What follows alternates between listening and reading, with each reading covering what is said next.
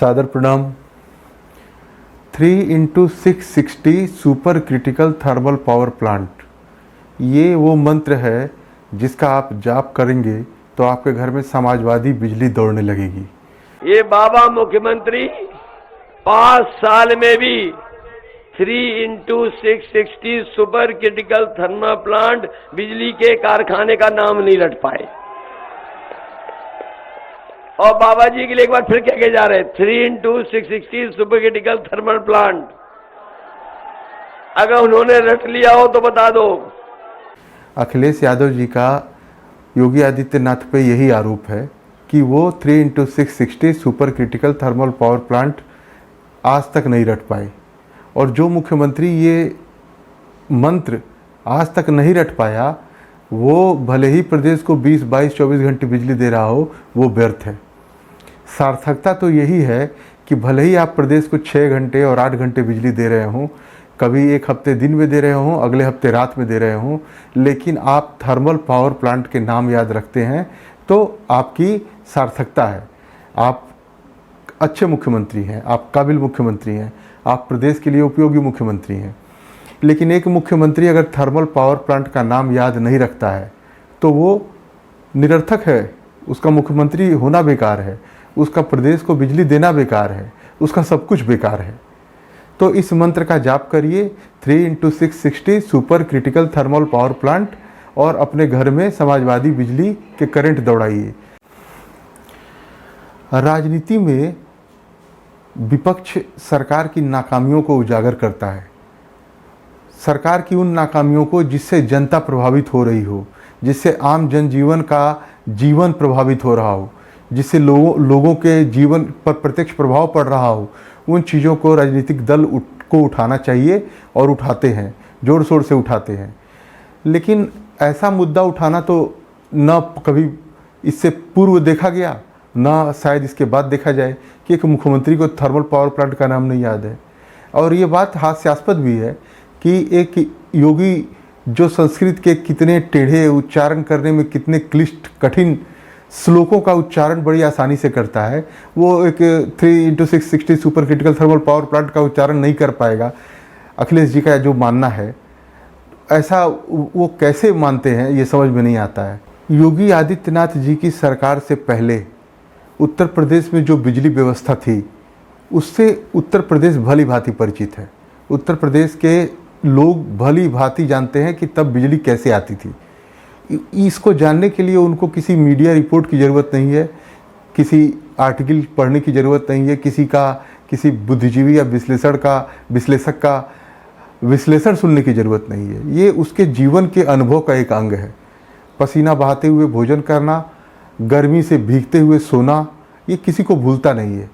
ठंडी की अंधेरी रातों में अंधेरे में रहना, लालटेन दिए की रोशनी में रहना, मोमबत्ती की रोशनी में रहना, इसके लिए उनको किसी भी रिपोर्ट पढ़ने की और आर्टिकल पढ़ने की ज़रूरत नहीं है। ये उनके जीवन के में आंखों के सामने गुजरा हुआ नज़ारा है, गुजरा हुआ दृश्य है। इसको जानने के लिए वो किसी पे भी निर्भर नहीं है। सबको पता है बिजली की व्यवस्था कैसी थी। योगी आदित्यनाथ जी के आने के बाद जो एक सबसे अच्छा काम हुआ है उसमें बिजली का अबाध आपूर्ति, बिजली ज़्यादा से ज़्यादा मिली है लोगों को। इसको कोई झुठला नहीं सकता है, इसको कोई नकार नहीं सकता है। और इसको झुठला और नकार नहीं पाने का ही नतीजा है कि इसके संबंध में कोई सार्थक आरोप न लगाकर ये निरर्थक आरोप लगाया जा रहा है कि आपको तो बिजली स्टेशनों का नाम नहीं याद है। योगी आदित्यनाथ जी जब मुख्यमंत्री पद का कार्यभार ग्रहण किए थे तो उन्होंने ये घोषणा की थी कि प्रत्येक ग्रामीण क्षेत्रों में 18 घंटे बिजली रहेगी, तहसीलों पर 20 घंटे बिजली रहेगी और शहरी क्षेत्रों में 22 से 24 घंटे बिजली रहेगी। जब ये घोषणा हुई थी तब अखिलेश यादव जी का तुरंत बयान आया था कि ये विद्युत व्यवस्था तो पहले ही से बहाल है, इसमें सरकार ने नया क्या कर दिया, इसमें कुछ भी नया नहीं है, इसमें जनता, उत्तर प्रदेश की जनता को एक तरह से ठगा गया है। अखिलेश जी का ऐसा मानना था। तो जब अखिलेश जी ने ये बयान दिया था तो ये सुन के समझने वालों को ये समझ में आ गया था कि अखिलेश जी ज़मीनी हकीकत से कितने अनभिज्ञ थे। उनको प्रदेश की ज़मीन पर क्या हो रहा है इसका बिल्कुल भी ज्ञान नहीं था। उनको गलत रिपोर्टिंग उनके करीबी लोगों द्वारा की जाती थी। 18, 20 और 22-24 घंटे बिजली की जब व्यवस्था योगी आदित्यनाथ की सरकार ने दी थी, तो उनका ये प्रतिक्रिया ये बताता था कि उनको ज़मीनी हकीकत बिल्कुल पता नहीं थी। इसलिए वो ये कह रहे थे कि अब प्रदेश को के साथ ये धोखाधड़ी है, जो हो रहा था वही तो कहा गया, इसमें नया क्या है। तो अखिलेश यादव जिस तरह की बात कर रहे हैं उससे पता चलता है कि वो अभी ज़मीनी हकीकत से परिचित नहीं है। देखिए, उत्तर प्रदेश गाँव का प्रदेश है। वैसे तो भारत को भी गाँव का भारत माना जाता है, लेकिन उत्तर प्रदेश तो खास करके गाँव का प्रदेश है। यहाँ एक बहुत बड़ी आबादी गाँव में रहती है और गाँव में पिछड़े वर्ग, अनुसूचित जाति के लोग ज़्यादा रहते हैं और इनका जीवन स्तर जो है, अब से पहले यही था कि शाम होने पर शीशे की एक डिबरी जलाई जाती थी। शीशे की एक डिबरी में मिट्टी का तेल डालकर और एक कपड़े की बत्ती डालकर उससे उजाला किया जाता था। लालटेन भी होता था कुछ घरों में, लेकिन दिए का सीसी के दिए का ज़्यादा प्रयोग करते हुए हम लोगों ने अपने प्रदेश में देखा है। तो ये डिबरी जलाकर रोशनी की जाती थी। सार्वजनिक वितरण प्रणाली से उनको 2 लीटर मिट्टी का तेल मिल जाया करता था, किरोसिन तेल, और उस तेल को ये महीने भर उजाला करने में प्रयोग करते थे। फिर भी महीने का अंत आते आते ये कम पड़ जाता था और वो इधर उधर से उधार मांगा करते थे या गांव के सरपंचों की सिफारिश किया करते थे कि थोड़ी और मिट्टी का तेल मिल जाए। योगी आदित्यनाथ जी के आने के बाद बिजली व्यवस्था जब चुस्त और दुरुस्त हो गई और कनेक्शन को मुफ्त बांटा जाने लगा, जिससे इनको बिजली सुलभ हो गया, तो न जाने कितने वर्षों से अंधकार में जीवन यापन करने वाले ये लोग अचानक उजालों में रहने लगे। एलईडी बल्ब भी सरकार की तरफ से सस्ते दर पर बांटा जा रहा था। इनके घरों में उजाला हो गया, उनकी गलियों में उजाला हो गया। वो जो अंधेरा होने से पहले सारे काम काज निपटा लेते थे, भोजन कर लेते थे कि अंधेरे में कौन क्या कर पाएगा, और जल्दी से सो जाते थे, वो अब रात 12-12 बजे तक जगते हैं। उनके घर पे टीवी चल रहा है। उनके जीवन में बिल्कुल बदलाव सा आ गया, जिसको उन्होंने ही महसूस किया है। अभी वो कच्चे और फूस के मकानों में रहने वालों को एक अदद पक्का मकान मिल गया, इस बात को रहने दीजिए। लकड़ी का व्यवस्था, दिन भर लकड़ी खोजना भोजन पकाने के लिए, उस समस्या से इनको राहत मिल गई, इनको गैस के सिलेंडर मिल गए, उसको भी अभी रहने दीजिए। लेकिन ये बिजली की रोशनी की ही सिर्फ बात करिए तो भी इसने इनके जीवन स्तर में बहुत सारे बदलाव कर दिए, इनके जीवन स्तर को ऊपर उठा दिया। शाम को अंधेरे में शौच जाने के लिए घर से बाहर निकलना, गरीब परिवार की महिलाओं को, मर्दों को, उससे भी इनको निजात मिल गई। लेकिन उसको भी रहने दीजिए, सिर्फ बिजली की बात करिए तो बिजली ही ने इनके जीवन में एक बहुत बड़ा बदलाव लाया। इस बदलाव को वो महसूस कर रहे हैं। जिनके जीवन में बदलाव आता है वही महसूस करता है। दूर से देखने वालों को लगता है बिजली से क्या हो गया, बिजली से क्या हो गया, बिजली से बहुत कुछ हो गया। लेकिन इस बदलाव को शायद विपक्ष के नेता और विपक्ष के प्रमुख नेता अखिलेश जी तो शायद बिल्कुल महसूस नहीं कर रहे हैं, और वो नहीं समझ रहे हैं कि जिनके जीवनों पर प्रभाव पड़ा है वो वोट, एक बड़ा वोट बैंक बनकर योगी जी के साथ जुड़ने वाला है और कैसे परिणाम आने वाले हैं।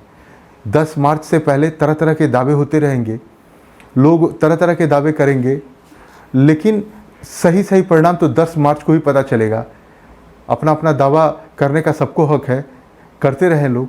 10 मार्च को ये बात होगी कि इस बात में कितनी सच्चाई थी कि प्रदेश में बिजली व्यवस्था बदली और उसके फलस्वरूप लोगों के जीवन में कितना बदलाव आया। इसका परिणाम 10 मार्च को ही पता चलेगा। लोगों ने क्या क्या मत दिया है, लोगों ने क्या कहा अपने मत के माध्यम से। अखिलेश यादव जी का कहना है कि सारे सब स्टेशन का विद्युत उत्पादन केंद्र उन्होंने बनवाए, इसलिए ये विद्युत आपूर्ति संभव हो पाई।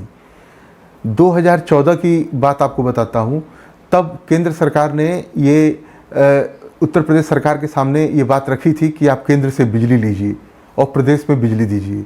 तब अखिलेश यादव जी ने कहा था कि उत्तर प्रदेश सक्षम है विद्युत उत्पादन में और उसको केंद्र से बिजली की कोई ज़रूरत नहीं है।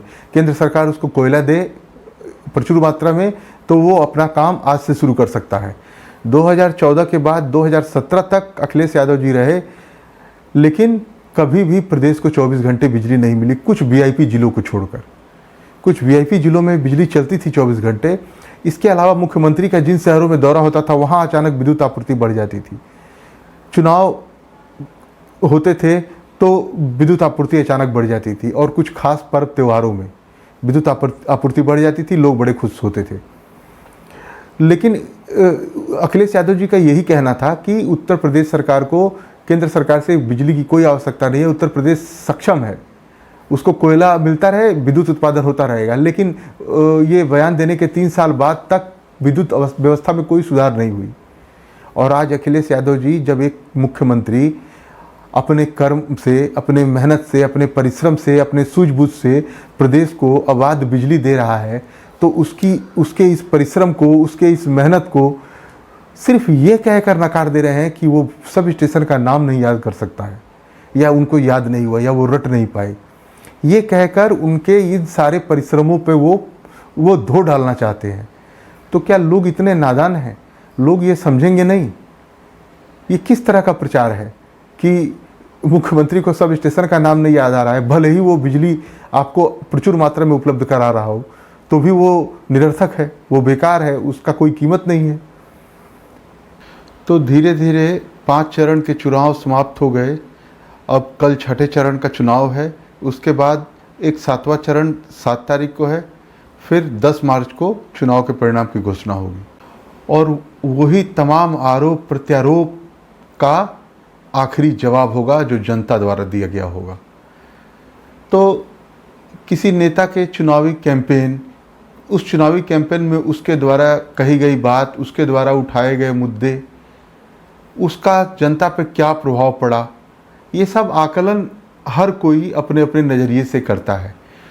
उस बयान को जो नेता द्वारा दिया गया है, नेता द्वारा उठाए गए मुद्दे को जनता ने किस तरह से लिया है, उसका जनता पे क्या प्रभाव पड़ा है, जनता उससे उसके पक्ष में मोटिवेट हुई है या उसके विपक्ष में जा रही है, ये सब आकलन हर कोई कर रहा है। इन बातों से किसी का प्रचार नहीं होता है, किसी पार्टी का, किसी नेता का प्रचार नहीं होता है। और इस तरह के आकलन करके, इस तरह के विश्लेषण करके, अपने नज़रिए को सबके सामने रखकर कोई किसी को चुनाव नहीं जिता सकता। अगर ऐसा होता तो फिर चुनाव जीतना बहुत ही आसान होता। तो कृपया इन बातों को सिर्फ इतने ही अर्थ में लें कि ये किसी नेता का जनता पे पड़ रहे प्रभाव का अपने क्षमता के अनुसार आकलन है। ये किसी का प्रचार नहीं है, ये किसी का पक्ष लेना नहीं है।